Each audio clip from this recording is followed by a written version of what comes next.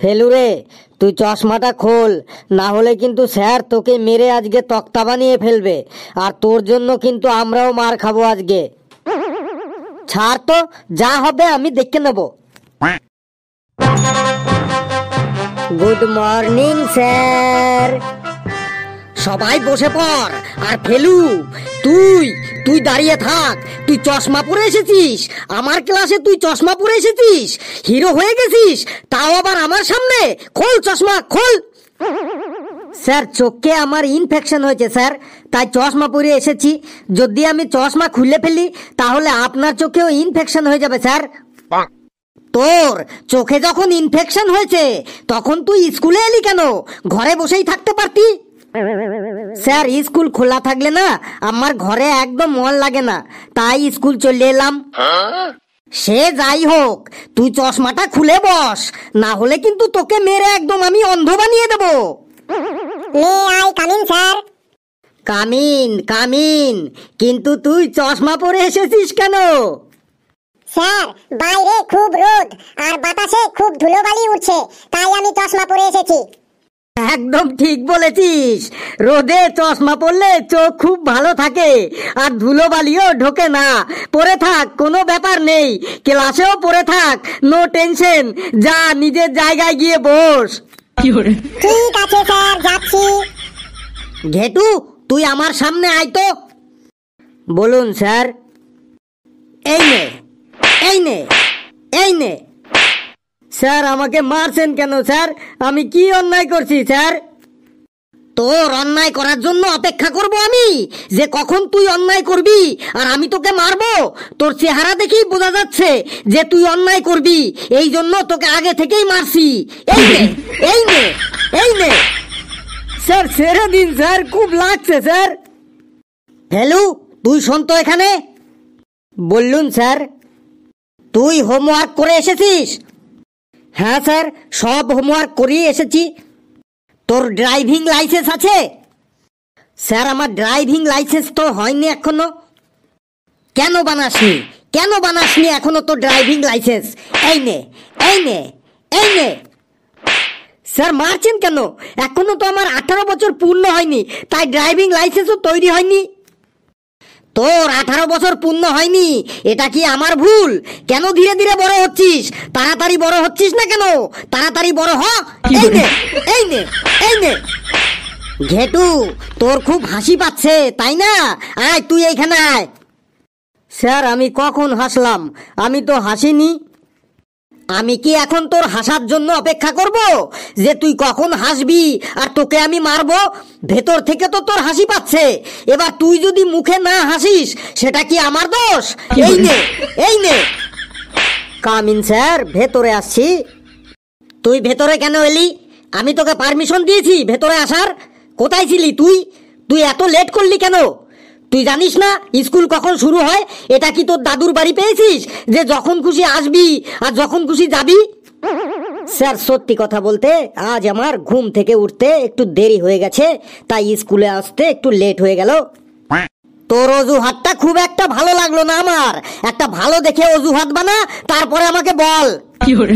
Sir, আমি কোনো অজুহাত দিচ্ছি না, সত্যি সত্যি বলছি, ঘুম থেকে উঠতে আজ আমার একটু দেরি হয়ে গেছে।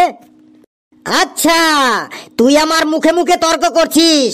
এই নে, এই নে, তোর খুব সাহস হয়েছে তাই না? এই নে। স্যার, ছেড়ে দিন স্যার, এমনিতেই আমার সিট দাঁড়াটা বাঁকা হয়ে আছে, তার উপর যদি আপনি মারেন তাহলে তো আমার সিট দাঁড়াটা আর কোনোদিনও সোজা হবে না। স্যার, ওকে আর মারবেন না, ছেড়ে দিন স্যার। আচ্ছা, ওকে মারলে তুই আমার কি করবি বল? তুই এইখানে আয় তো, তুই আমার সামনে আয়। স্যার, ওই কাল্লুকে মারলেন, ওটা আমি মোবাইলে ভিডিও করে রেখেছি, একদম এইচডি ভিডিও, 1 মিনিটেই আমি ভাইরাল করে দেবো। আচ্ছা, ভিডিও করছিলি তুই তাই তো?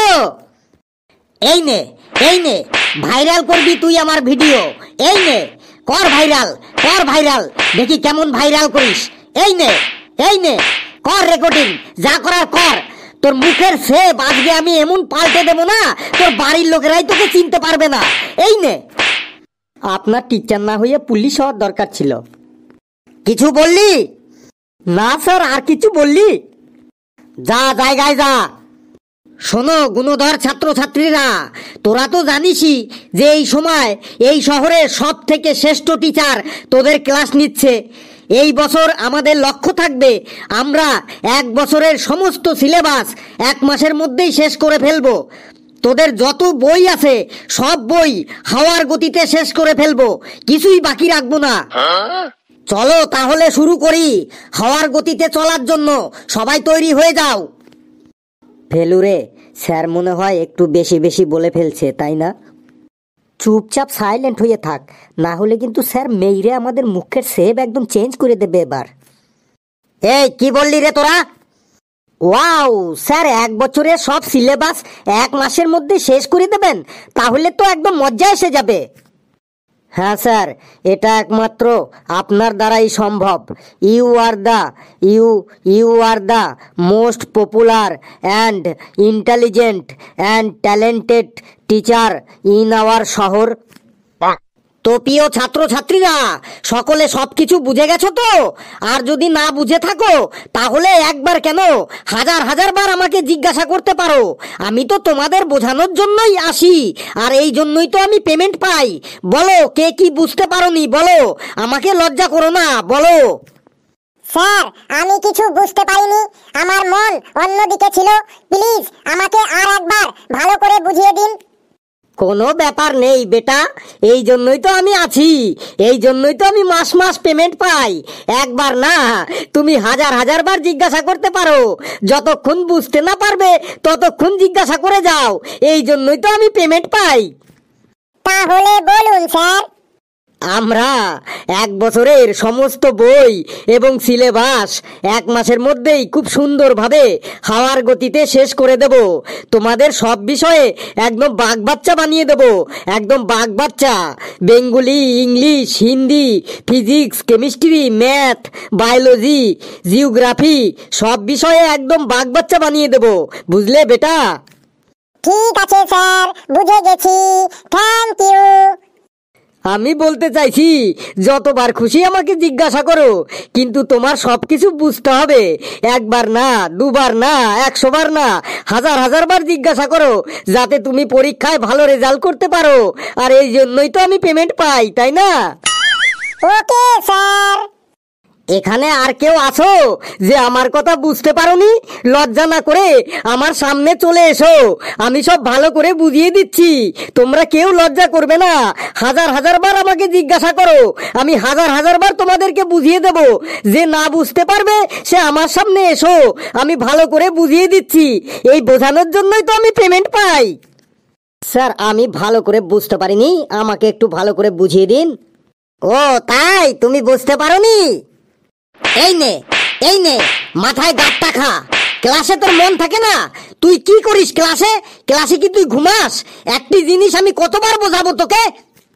স্যার, এবার আমি সব বুঝে গেছি, আমাকে ছেড়ে দিন। যা জায়গায় গিয়ে দাঁড়িয়ে থাক। আর কে কে দাঁড়িয়েছিলি?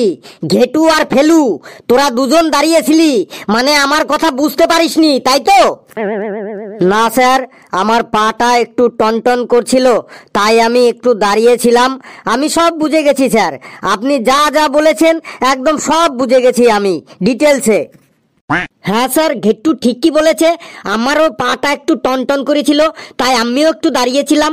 আপনার কথা সব বুঝে গেছি স্যার, আপনি যেভাবে বোঝালেন তাতে পুরো সিলেবাসটাই আমার একদম জলের মতো মুখস্থ হয়ে গেছে। আচ্ছা, সব বুঝে গেছিস তাই তো? বেশ, তাহলে ঘেটু বলতো আমাদের রাজ্যের করোনা মহামারী নিয়ে একটা রচনা বলতো। স্যার, করোনার সময় আমি ঝাড়খণ্ডে গেছিলাম আমার মামার বাড়ি, তাই আমাদের রাজ্যে ওই সময় কি হয়েছিল আমি ঠিক বলতে পারবো না। হ্যাঁ, জানতাম তুই বলতে পারবি না। আমাকে আর রাগাস না কিন্তু, এবার কিন্তু তোর মুখের শেপ আমি চেঞ্জ করে দেব। স্যার, একটু বাইরে যাব জল খেতে, গলাটা একদম শুকিয়ে গেছে, খুব জল তেষ্টা পেয়েছে আমার। এই যে পড়া ধরেছি, আর তোদের জল খাওয়া, প্রস্রাব করা, মাথা ঝিনঝিন, পা টন টন শুরু হয়ে গেছে। কোথাও যেতে পারবি না, চুপচাপ দাঁড়িয়ে থাক, না হলে কিন্তু তোরও আমি মুখের শেপ চেঞ্জ করে দেব। স্যার, আমার খুব জল তেষ্টা পেয়েছে, বাইরে যাব জল খেতে। যাও যাও, তোমার আবার এটা জিজ্ঞাসা করার কি আছে? যাও, জল তেষ্টা পেয়েছে যখন অবশ্যই জল খেতে যাবে। তুমি তো শুধু এক গ্লাস জলই খেতে যাবে, পেট্রোল তো খেতে যাবে না। যাও যাও, আর যেতে যদি অসুবিধা হয় তাহলে বলো, আমি এখানেই তোমার জন্য জলের ব্যবস্থা করছি। আমি বাইরেই যাচ্ছি স্যার জল খেতে। যাও যাও, যত খুশি জল খেয়ে আসো, যাও। ফেলু, তুই দাঁড়া, তুই আমাদের রাজ্যের করোনা মহামারী সম্পর্কে রচনা বল। ওই সময় কি কি হয়েছিল সেই সম্পর্কে বল। বলছি স্যার, আমাদের এখানে প্রথম করোনার আগমন ঘটে 2020 সালের মার্চ মাসের। মানুষ শুরুতেই থালা বাটি ঘটি টিন বাজিয়ে করোনাকে তাড়াবার চেষ্টা করেছিল, কিন্তু কিছুতেই গেল না। তারপরে কেউ কেউ বলল করোনা গো গো, করোনা গো, তাতেও করোনা গেল না। তারপর সকলে মোমবাতি জ্বালালো ও একদিনের জন্য দোকানপাট, রাস্তাঘাট, হাট বাজার, স্কুল কলেজ, অফিস কাছারি সব বন্ধ রাখা হলো, তাতেও করোনা গেল না। করোনার সময় সকলে একটা জিনিস দেখতে পেল যে মানুষের চায়ের প্রতি কত নেশা। আমরা চা খাবো না, খাবো না চা আমরা। তারপর এখানে আমরা চা খেতে এসেছি, আড্ডা মারতে নয়। চা খাওয়া হয়ে গেছে, বাড়ি চলে যাচ্ছি। এই দুটি বিখ্যাত মানুষের বিখ্যাত উক্তি সকলে করোনার সময়ই শুনতে পেয়েছিল। জীবন যায় যাক, দোকান থেকে চা খেতেই হবে। করোনার সময় সব থেকে বেশি মজা লাগতো, আবার ভয়ও লাগতো টিভি চ্যানেলগুলির খবর দেখে, টিভি চ্যানেলগুলির খবর বলার স্টাইল দেখে। এই মাত্র খবর পাওয়া গেল দমদমের গুরুজীবন রোডের একজন বৃদ্ধের সোয়াইপ টেস্টে করোনার পজিটিভ এসেছে। ওখানে আমাদের প্রতিনিধি আছে নারুগোপাল ভান্ডিয়া। তো নারু, কি খবর আছে তোমার কাছে? নারু বলছে, দেখো বুচি, আমি এখন সেই গুরুজীবন রোডে দাঁড়িয়ে আছি। ওই আক্রান্ত বৃদ্ধকে হসপিটালে কোয়ারেন্টাইনে পাঠানো হয়েছে, আর ওনার বাড়ি বাঁশের ব্যারিকেড দিয়ে ঘিরে ফেলা হয়েছে, আর পুরো এলাকাটা স্যানিটাইজেশন করার প্রক্রিয়া চলছে।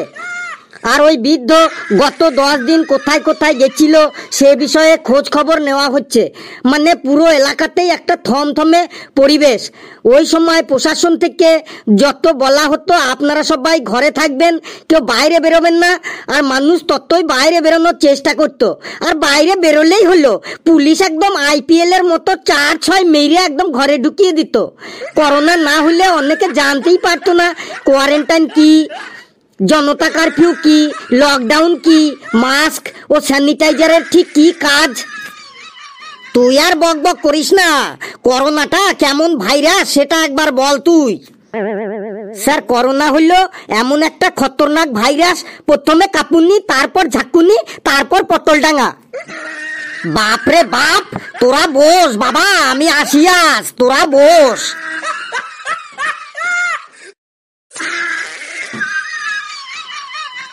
বন্ধুরা, ভিডিওটি কেমন লাগলো আপনারা অবশ্যই জানাবেন, আর ভিডিওটি লাইক করবেন, যত পারেন শেয়ার করবেন, আর চ্যানেলটিকে সাবস্ক্রাইব করিয়ে আমাদের সাথেই থাকবেন। আরও মজার মজার ভিডিও পাবেন। হাসতে থাকুন, সুস্থ থাকুন। যত বেশি হাসবেন তত বেশি সুস্থ থাকবেন। সকলে খুব খুব ভালো থাকবেন।